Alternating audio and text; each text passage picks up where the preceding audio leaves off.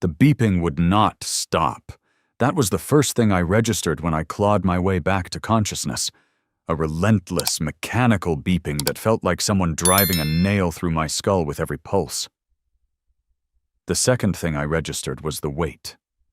A dense, pulling ache along my left flank, like someone had packed wet cement beneath my skin and stitched me shut over it. The third thing I registered was my wife's voice, hushed and urgent, coming from just beyond the curtain that separated my hospital bed from the hallway. "He's going to wake up soon," Elena was saying. "You need to leave." A man's voice answered, low, familiar in a way I couldn't immediately place. "Does he know anything?" "Nothing. He thinks it was a routine surgery, a cyst removal. He'll be sore for a few weeks and then it'll be over." I did not move. I lay there with my eyes still shut, breathing through the ache in my side, and I let her words land on me one by one, like stones dropped into still water. A cyst removal. He'll be sore for a few weeks. I tried to remember. I remembered a consultation with my doctor about abdominal pain that had been bothering me for 2 months. I remembered being told they found something that needed to come out. I remembered Elena holding my hand in the pre-op room, pressing her lips to my forehead, whispering that everything was going to be fine. I remembered nothing after the anesthesia. "The recovery numbers are good," the man's voice said. "The surgeon said my body accepted it almost immediately. No rejection." Accepted it. My body accepted it. I felt my left hand curl into a fist beneath the hospital blanket, the IV line pulling slightly at the back of my hand. Something enormous and terrible was assembling itself in my chest, piece by piece, like a machine being built in the dark. "You have to go," Elena said again. "I'll call you tonight." I heard footsteps, the soft click of dress shoes on linoleum moving away. Then the curtain shifted and Elena stepped through, and I opened my eyes. She froze.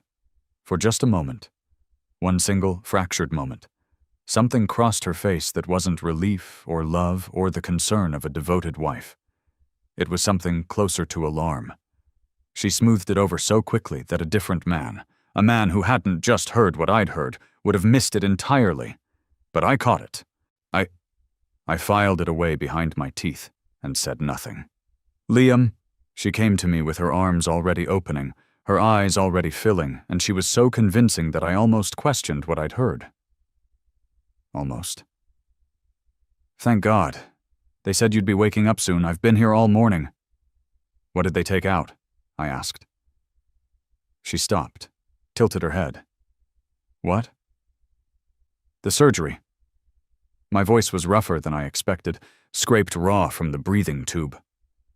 "What exactly did they remove?" "The cyst, baby," like Dr. Harmon explained. She sat in the chair beside me and reached for my hand, and I let her take it, because I needed her to believe she'd gotten away with it, at least for now, at least until I knew everything. "It was pressing against your kidney. They had to be very careful, but it went smoothly. You're going to be completely fine." She stroked my knuckles. I watched her face while she did it. "What was his name?" I said. "Whose name?" "The man you were just talking to in the hallway." The stroking stopped, just for a beat, then resumed. "That was Dr. Harmon's assistant, checking in on your post-op status." I looked at the ceiling. The ache in my side pulsed steadily, in time with the beeping machine. I thought about the way the man's voice had said my body accepted it almost immediately. I thought about what, exactly, a body accepts. "I'm tired," I told her. "Of course you are." She leaned forward and kissed my forehead, and her perfume, the one I'd bought her for our 4th anniversary, turned my stomach. "Rest. I'll be right here."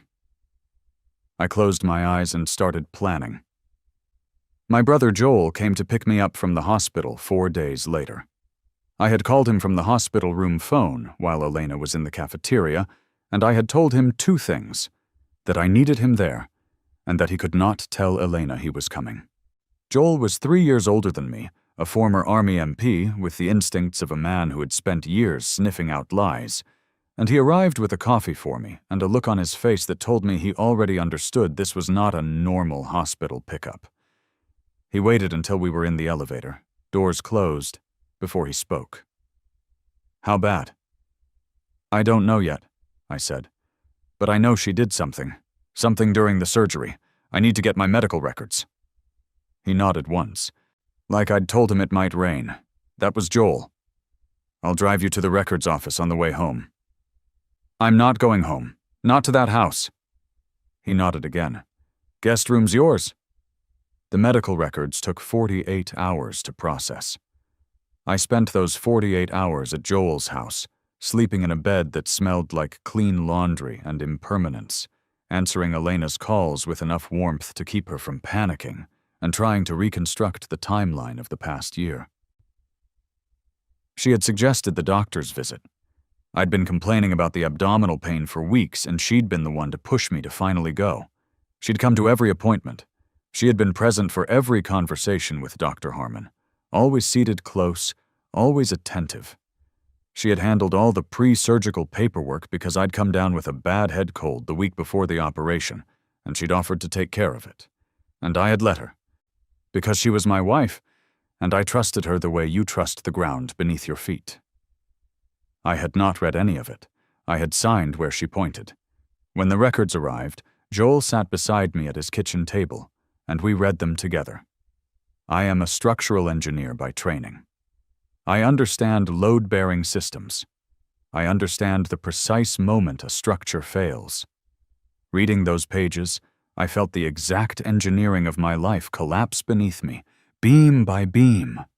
Elena had submitted paperwork designating me as an organ donor prior to surgery, paperwork I had allegedly signed, paperwork that bore my signature, though I had no memory of signing anything beyond routine pre-op consent forms.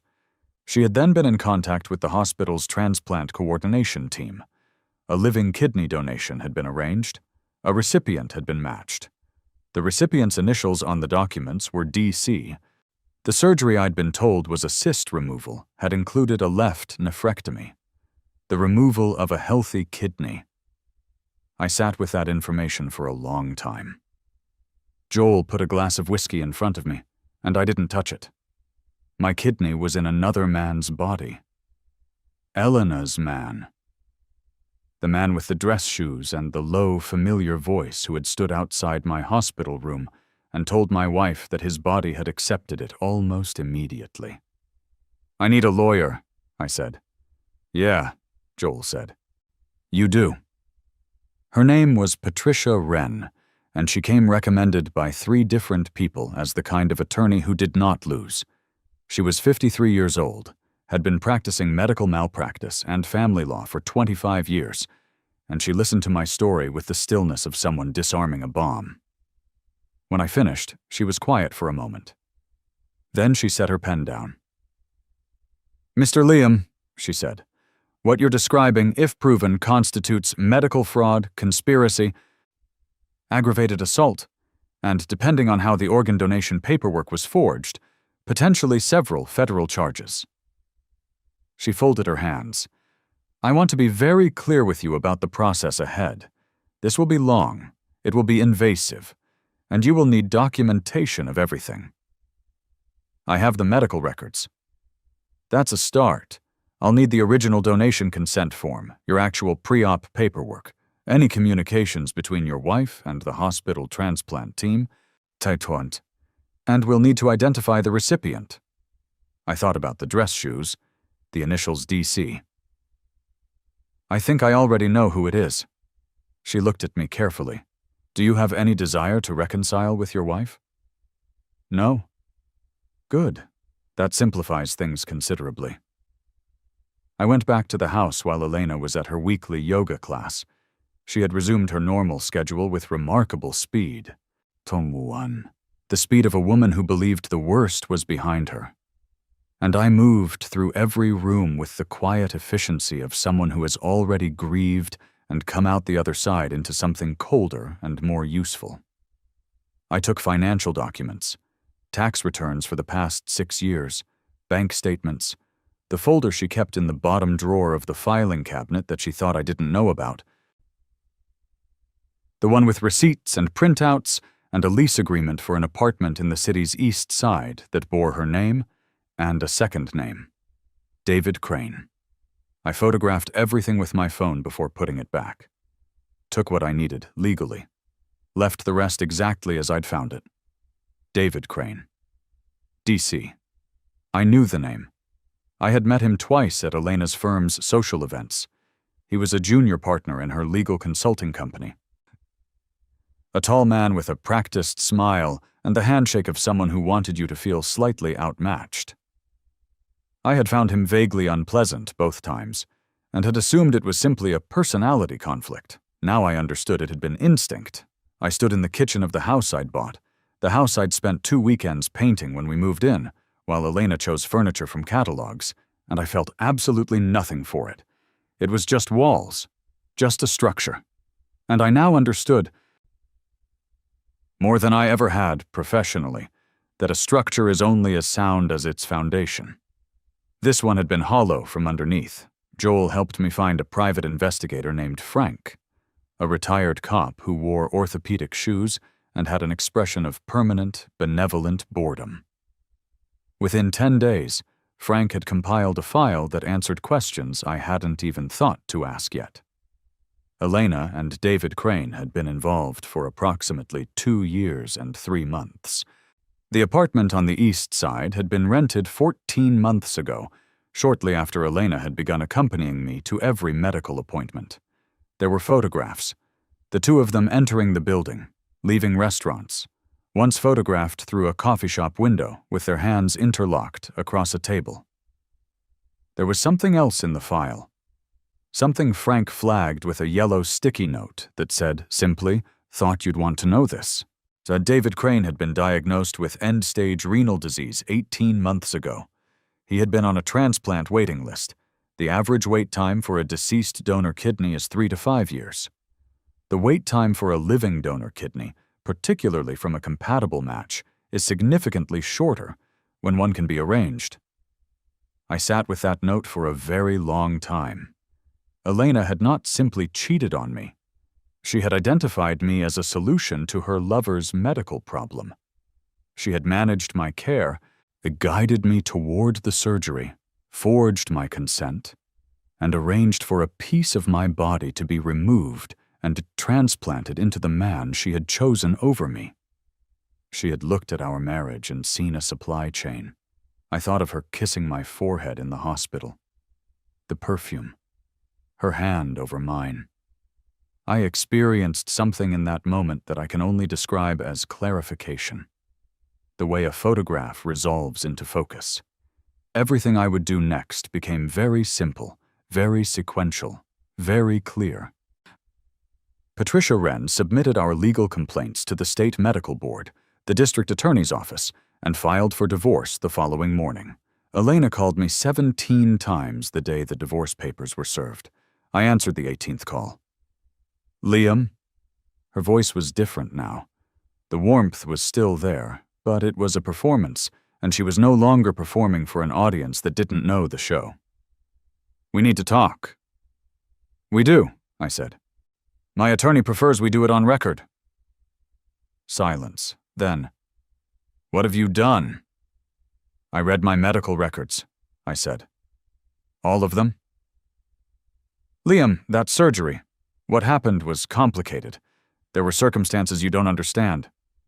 You convinced my surgical team that I had consented to donate a kidney," I said. "You forged my signature on the organ donation form. You arranged for that kidney to be given to your boyfriend. I was unconscious when it happened." My voice was very level. I was proud of that. "Tell me which part I'm not understanding." She started crying. I had heard Elena cry before, at movies, at her cousin's wedding, at the end of certain songs, and I had always found it moving, that visibility of feeling.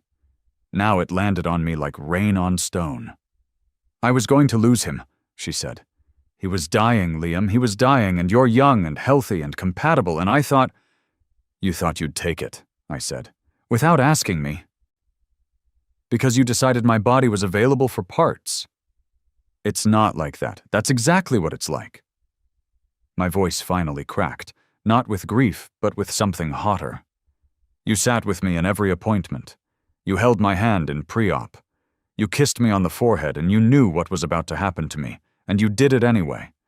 You let me wake up and told me it was a cyst. I asked you directly, and you lied to my face. I'm sorry. I know you are. I let that settle. You're going to be a lot sorrier. I ended the call and put my phone face down on Joel's kitchen table and did not pick it up again for several hours. The divorce filing was the first move, but it was far from the only one. Patricia handled the legal strategy with the precision of a chess player who had already seen 14 moves ahead. But there were other instruments available to me, and I had spent 3 weeks thinking carefully about which ones to use and in what order. Joel's wife, Kara, worked in financial compliance.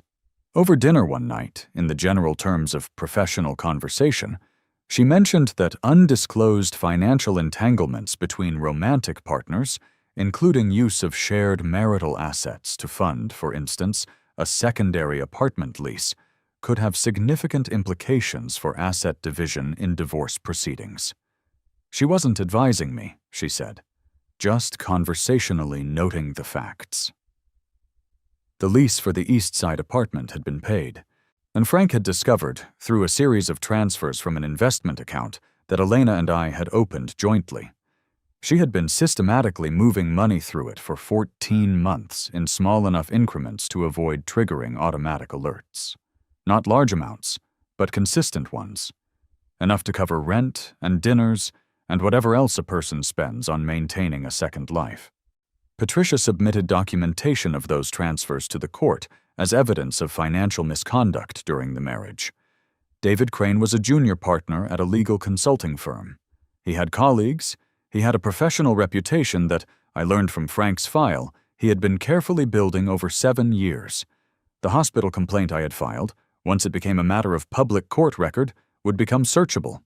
A man who had received an illegally obtained organ, regardless of whether he had been aware of the illegality, and I had my own thoughts on that, is not the kind of detail that vanishes quietly from a professional background. I did not call his firm. I did not send anyone letters. I simply filed the complaints that were mine to file, in the venues where they belonged, and let the documents exist where documents exist, publicly, accessibly, in the record. Elena's firm learned about the divorce filing and the associated allegations through the court system, as anyone could. She had been in line for a partnership review that quarter. The review was, I was told through a mutual acquaintance who called Joel, who relayed it to me, postponed indefinitely pending the resolution of ongoing legal matters. When your name appears in a medical fraud case in a professional context, some things slow down. I did not attend the medical board hearing. Patricia told me I didn't need to, and that my presence might complicate the emotional temperature of the proceedings. I sat in Joel's guest room that morning and read a book and drank coffee and called my mother to tell her I was healing well from the surgery, which was true in some senses and deeply insufficient in others. The hospital's surgical team had, once the complaint was filed and the records were subpoenaed, an extremely difficult few weeks. The transplant coordinator who had processed Elena's paperwork was placed on administrative leave. Dr. Harmon, my physician, the man I had shaken hands with and trusted with my opened body, had apparently not reviewed the donation consent documentation with the personal care that the board felt he should have. His privileges were suspended pending review. Elena called again during this period, then texted. The texts moved through a predictable sequence: apology, explanation, justification, anger. Apology again. I read them all and responded to none of them. Patricia had advised against communication. I was also simply not interested in the performance anymore, now that I knew what it was. What I had not anticipated was the call from David Crane himself. He called from a number I didn't recognize. I answered only because I didn't recognize it. For a moment, neither of us spoke, and I knew from the quality of the silence who it was before he identified himself. "I need you to understand," he said carefully, "that I didn't know how she obtained it." I thought about this claim for a moment. I thought about a man with end-stage renal disease who had been on a transplant waiting list for 18 months, whose girlfriend had a healthy, compatible husband who had suddenly been presented with a matching kidney. I thought about the questions you ask and the questions you don't ask when something you desperately need materializes in front of you. "That might matter to a judge," I said. "I honestly don't know yet, but it doesn't matter to me." "She told me you had agreed. She showed me paperwork." "She showed you paperwork you wanted to exist," I said. "You're a smart man. You know what questions you didn't ask." Another long silence. Then, quietly, "I know." "You have my kidney," I said. "That's a fact that will never not be true. I wake up every morning and there is a scar on my left side, and one of my organs is in your body, and I did not consent to that. However, this resolves legally, and I think we both have some sense of how it's resolving. That is what happened. I need you to carry that." I ended the call. The weeks that followed had a rhythm to them that I found unexpectedly manageable. I moved from Joel's guest room into a furnished apartment of my own after the third week. A clean, spare place on the 6th floor, with a view of the city that I found genuinely pleasing in a way I couldn't fully explain. It was mine in a way no room I'd lived in during my marriage had been, because nothing in my marriage had felt unobserved.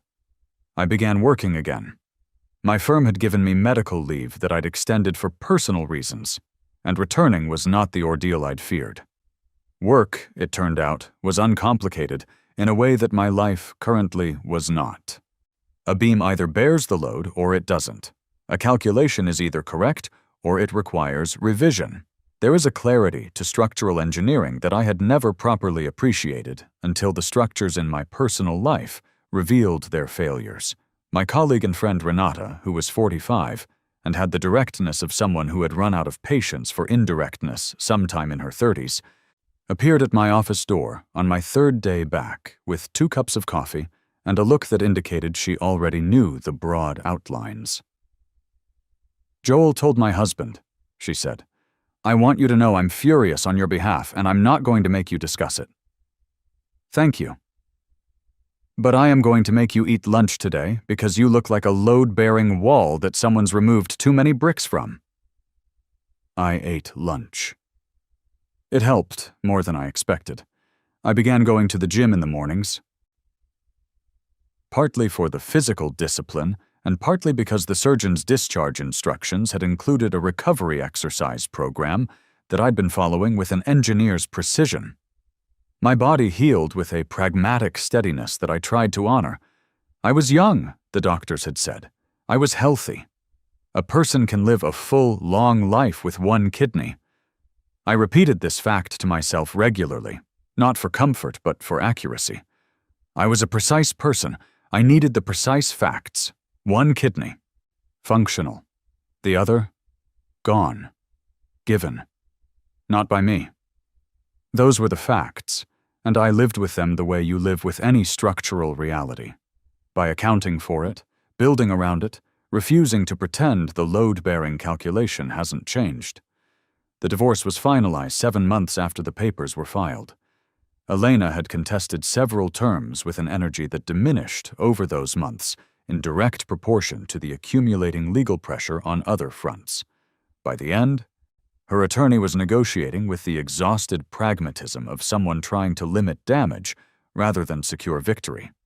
She received her personal belongings and a portion of our liquid savings. I received the house, which I promptly sold because I had no interest in it, the investment accounts with their documented balances minus her portion, and the legal standing to say, publicly and in the record, what had been done to me.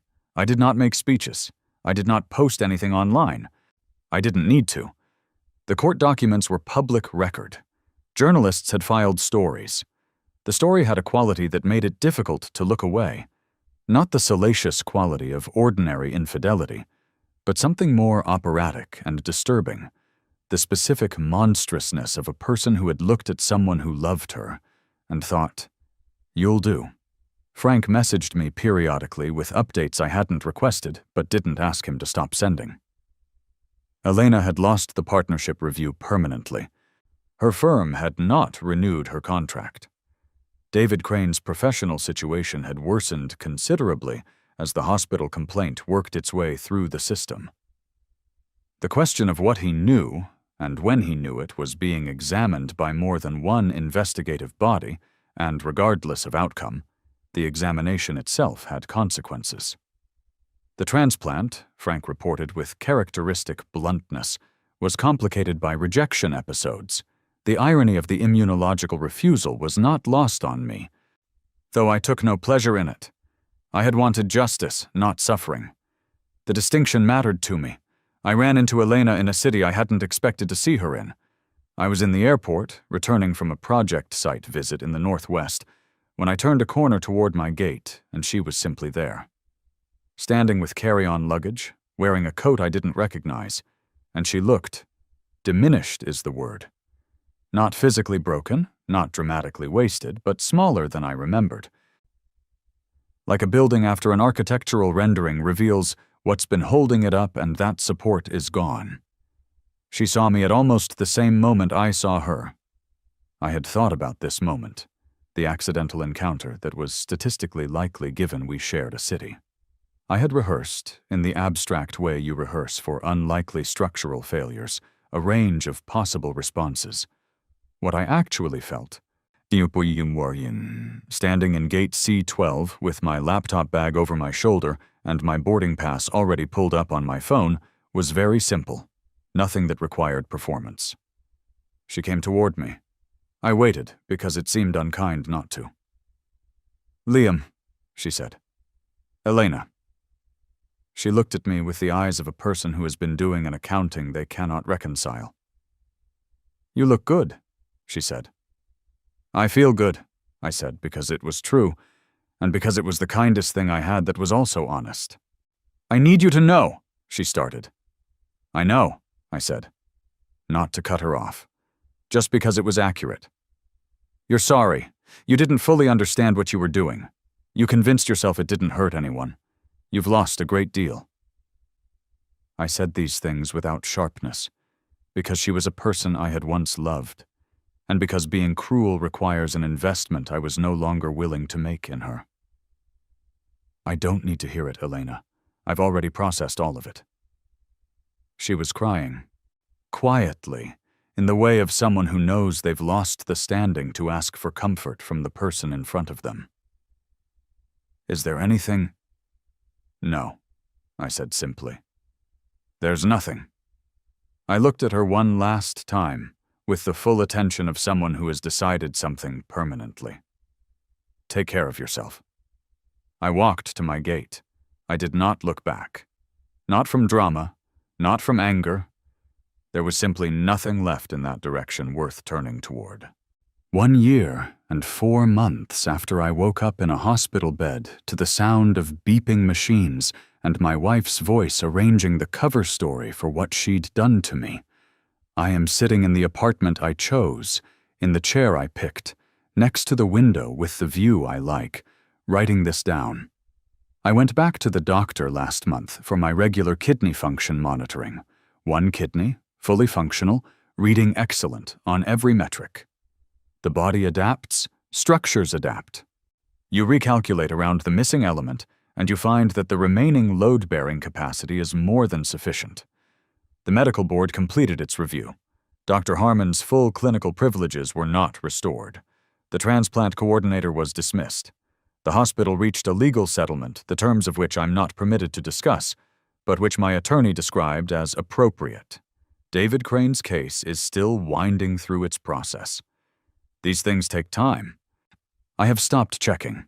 Elena, I heard from a mutual acquaintance at the kind of party where such information moves freely, is working at a smaller firm in a different city. I received this information the way you receive the weather report for a place you're not visiting.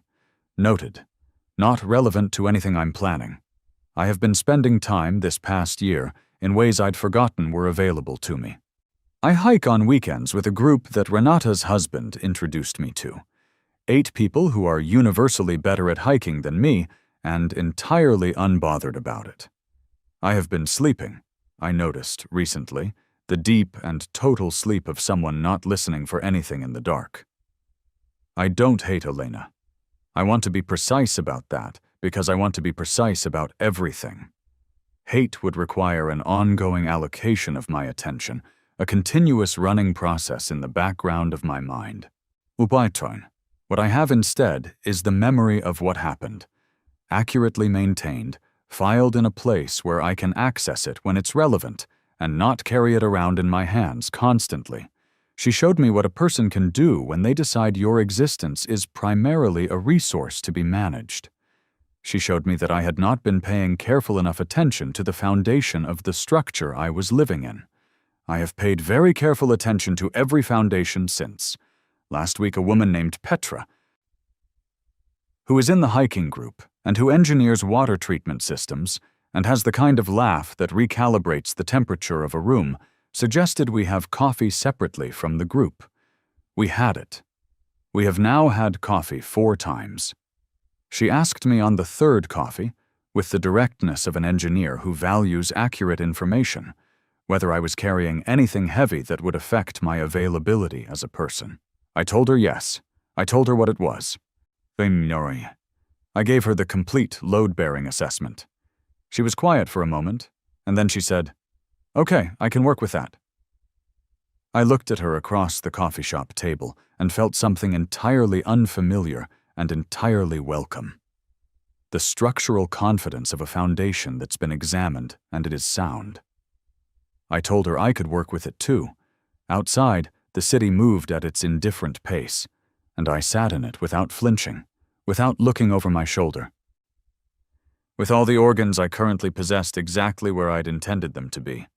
That was enough. That was, after everything, precisely enough.